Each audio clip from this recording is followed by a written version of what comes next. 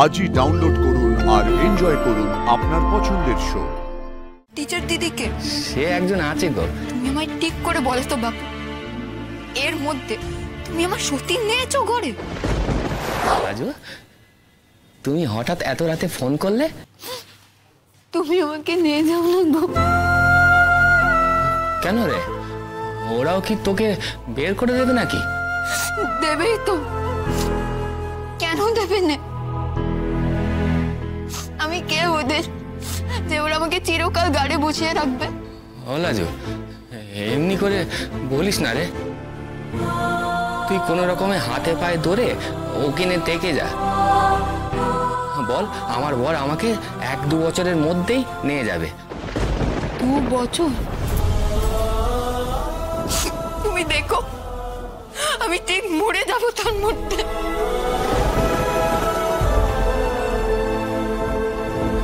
ও লাজু, এমন কথা বলতে নেই রে, দোহাই তোর। এমন কথা শুনলে আমার কেমন লাগে তুই বুঝিস না? ও লাজু, আমাকে বল না রে, কিছু কি হয়েছে আজ? ওই লোকটা কিছু বলেছে তোকে? ওই লোকটা কিছু বলে থাকলেও তুমি কি করবে? আমাকে পারবে এখান থেকে নিয়ে যেতে? নিয়ে যেতে পারবে? পারবে না তো?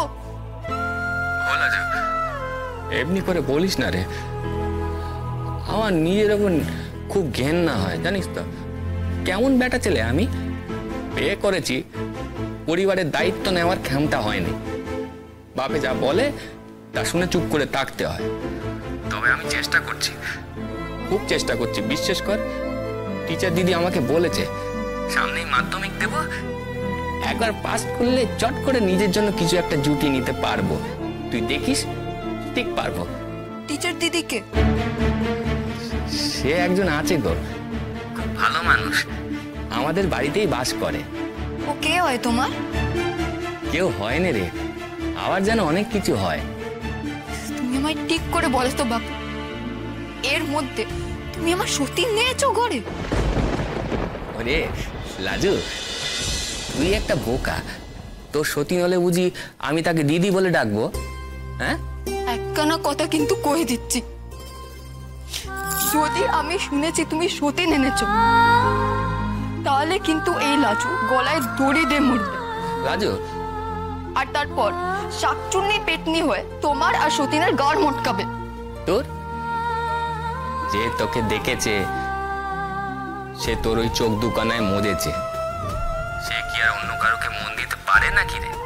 হ্যাঁ রাজু, তুই মন খারাপ করিস নে রে।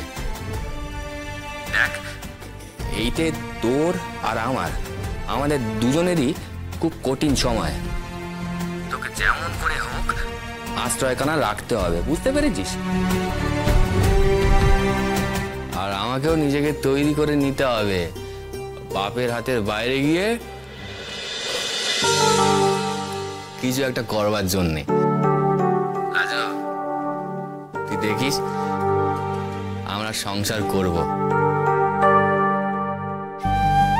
খুব শিগগিরই আমরা দুজনে মিলে সংসার করব, তুই দেখিস।